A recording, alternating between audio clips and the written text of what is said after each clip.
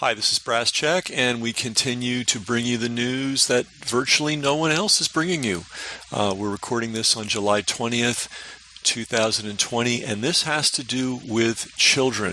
A very important report has come out from Toronto's Hospital for Sick Children. This is a major institution in Canada. It is the most important pediatric hospital in the entire country, and the people that work there are very serious about the health and welfare of children indeed, as is shown by this report that they just put out. Summary: the things that are being proposed or have already been done to children, school closing, for example, have led to increased rates of depression, trauma, drug abuse, addiction, and even suicide.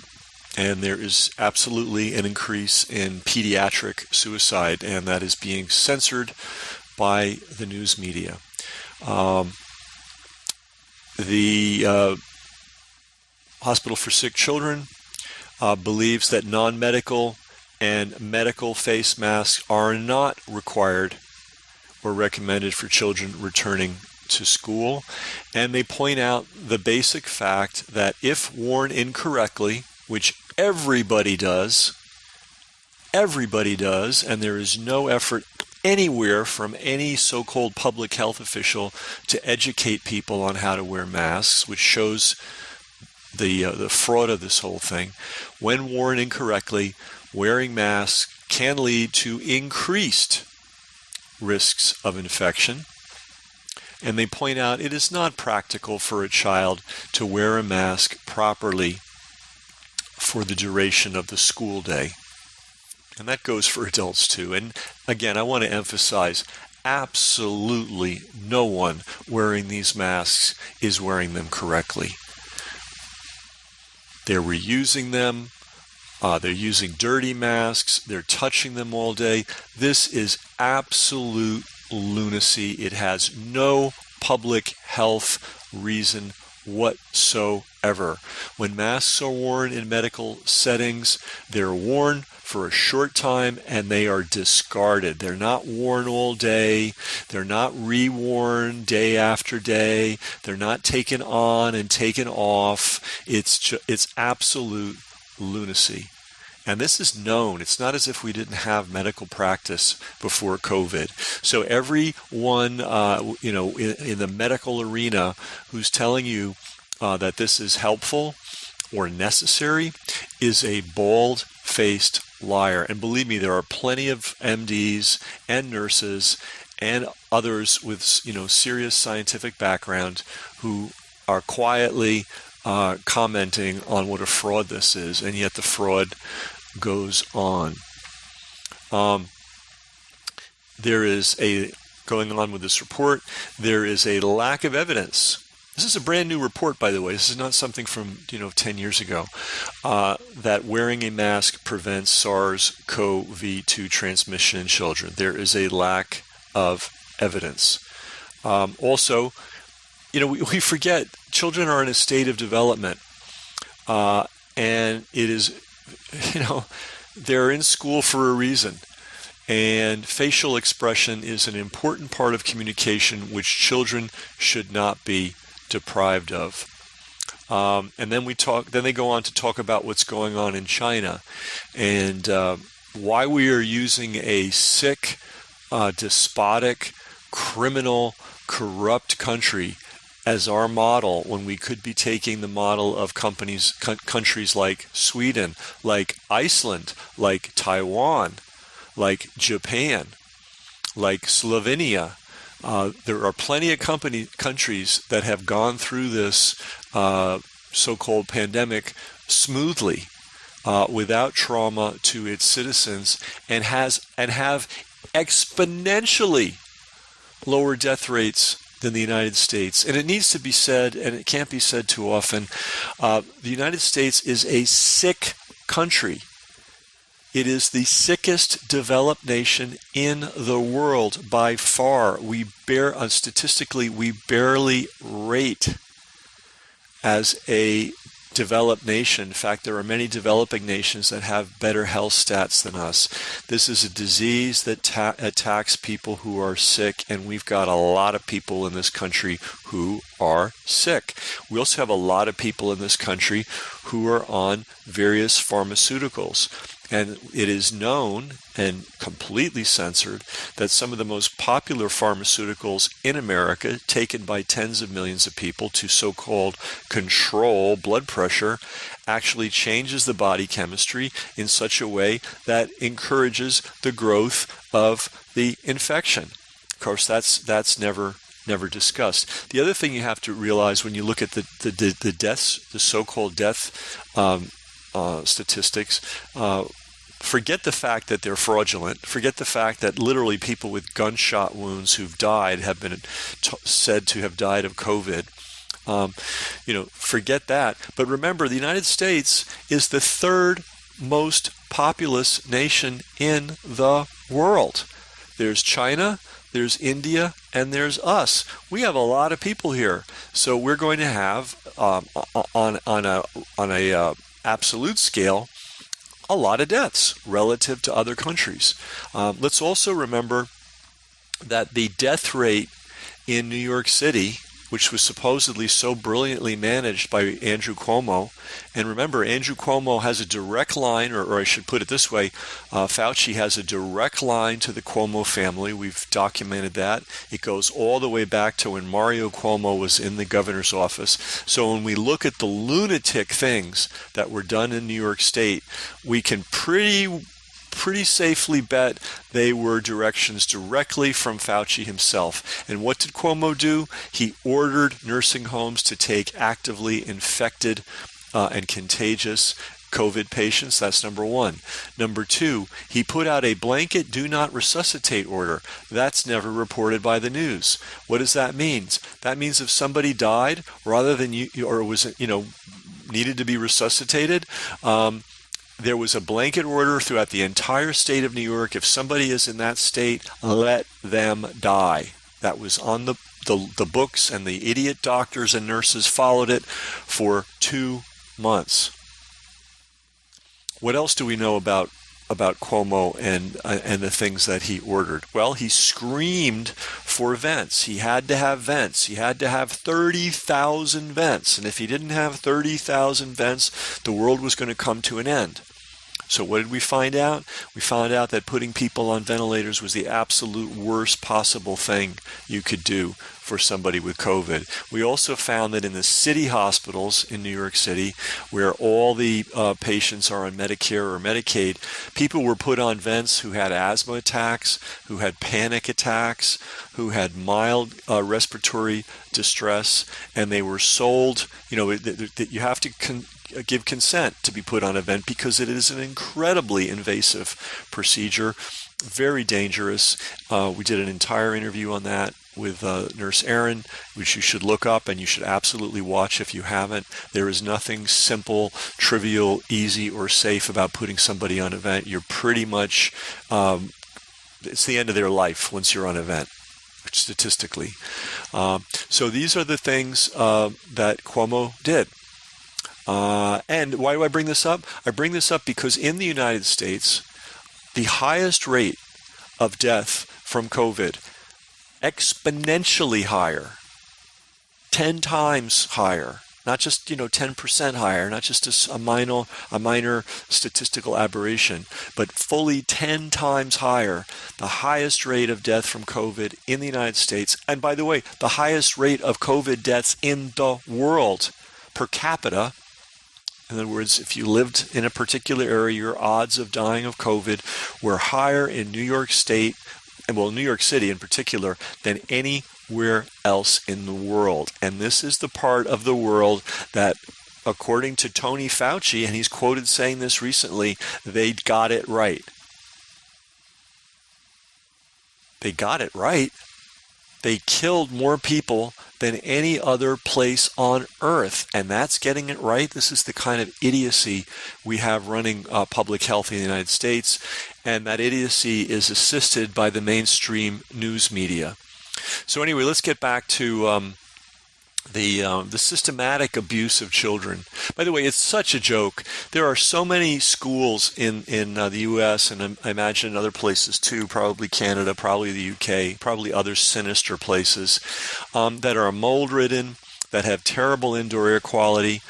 We ran a story about a school system in Ontario that decided to put in a super powered wireless system, and it was literally inducing heart attacks in the children, and the school board would not turn it off in spite of public pleading. So I'm sure these same animals who covered their ass on that one are the same ones that are pushing for children to be masked and other abuses of children. It's a sick situation. It's beyond sick. And by the way, other countries, normal countries, Japan, Taiwan, Singapore, Iceland, and many European countries, and you can't include France as a sane country. Remember, France was in a state of civil breakdown because the workers there were sick and tired of the criminals that run the country, and they were pretty much shutting the country down. Well, the head of France, took care of that problem with COVID, and we see that throughout the world. You think Hong Kong is being shut down by the communists because they give a damn about public health? No, they're making sure that there's no gatherings of more than 6 people. Anyway, so what about following China's great example and putting kids in cubicles? Here's what the Hospital for Sick Children in Toronto says. Strict physical distancing should not be emphasized to children in the school setting as it is not practical and could cause significant psychological harm. Remember, these are children. Okay, it's one thing for an adult to, suck it up and endure this insanity. It's another thing for children who are in an active state of development to go through this. And the report goes on to say, close interaction, such as playing and socializing, is central to child development and should not be discouraged. Now, what do they suggest? If weather permits, consideration should be given to having classes outside. Why not? Why not? Well, we know that many schools, especially in the United States of America, have banned recess, have banned allowing children outside at any point during the day. This is how little they care about children. Now suddenly every child has to have a mask all day and has to sit 6 feet away and can't interact with his fellow students. These are the same people that have allowed mold-ridden schools that canceled recess, that banned outside activities by children. Now they're going to put the kids in masks. And then they go on to say, attention should be paid to improving classroom ventilation, optimizing ventilation system maintenance, and increasing the proportion of outside air brought in through these systems. Many so-called modern schools now are just like office buildings. There is no fresh air going into those buildings. It's all HVAC. It's all going through vents, which is sick to begin with. Right? And how well are these vents, these ventilation systems maintained? I'm going to guess pretty poorly. How state-of-the-art are they? I'm going to guess low on the state-of-the-art. And this is the same group of people that tolerated these intolerable environmental conditions in our schools, and now they're the same ones that are pushing for children to be put in masks all day. It's sick, it's hypocritical.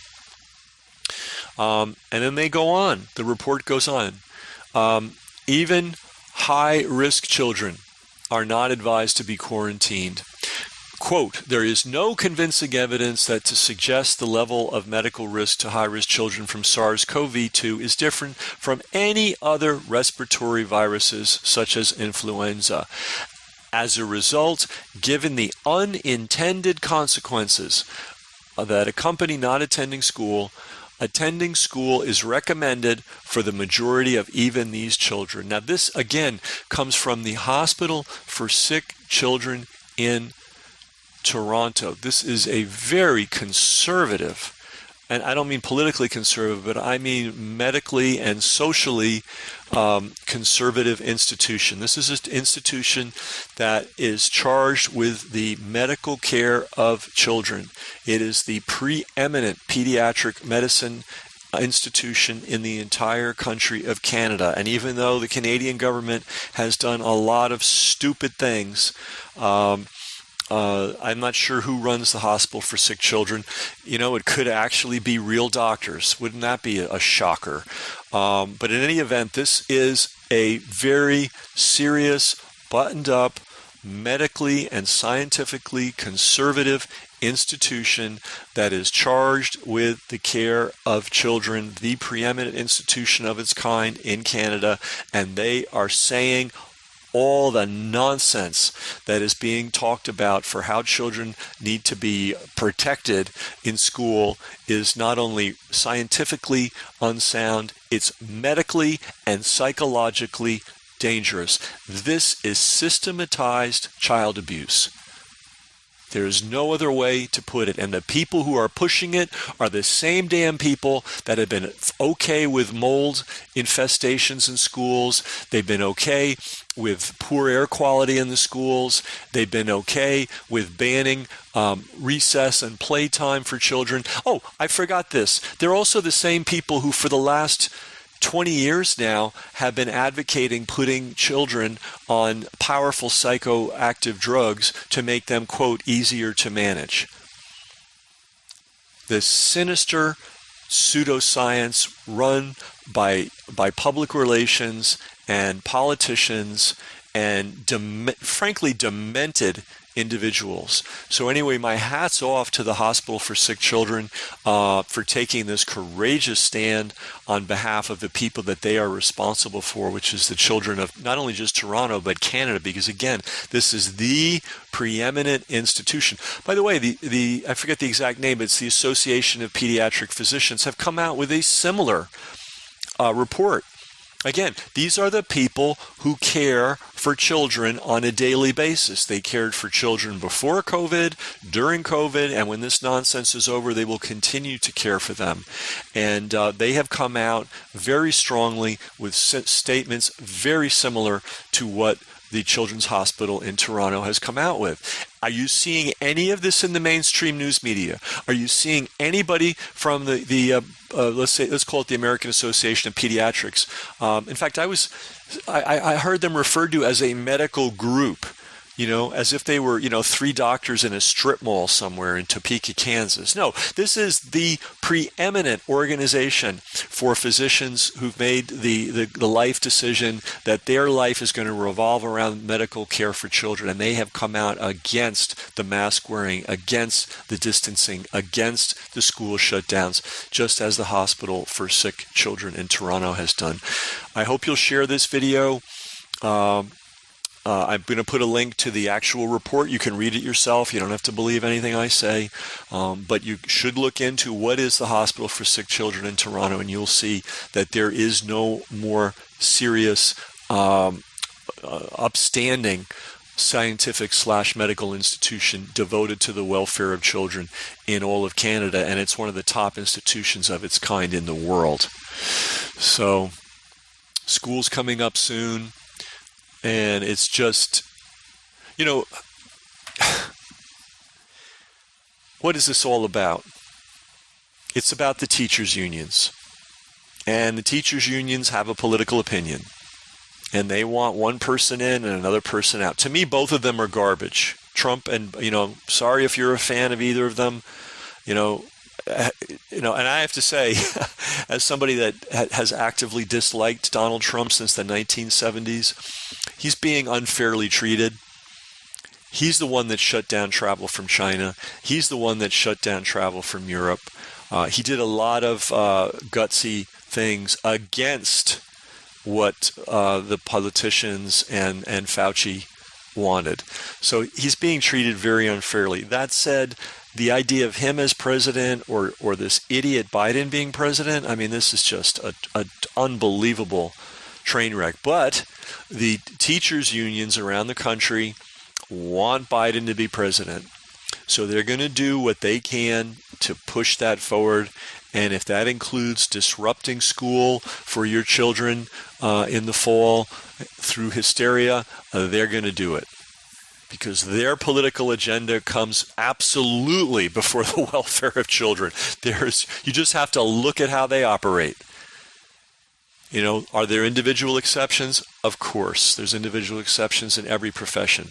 But the institution is politics first, and children and families dead last. And we know that by the way they have been treating children for decades now. So anyway, the link from the Hospital for Sick Children is below. Please share this. Maybe sanity will someday reign again.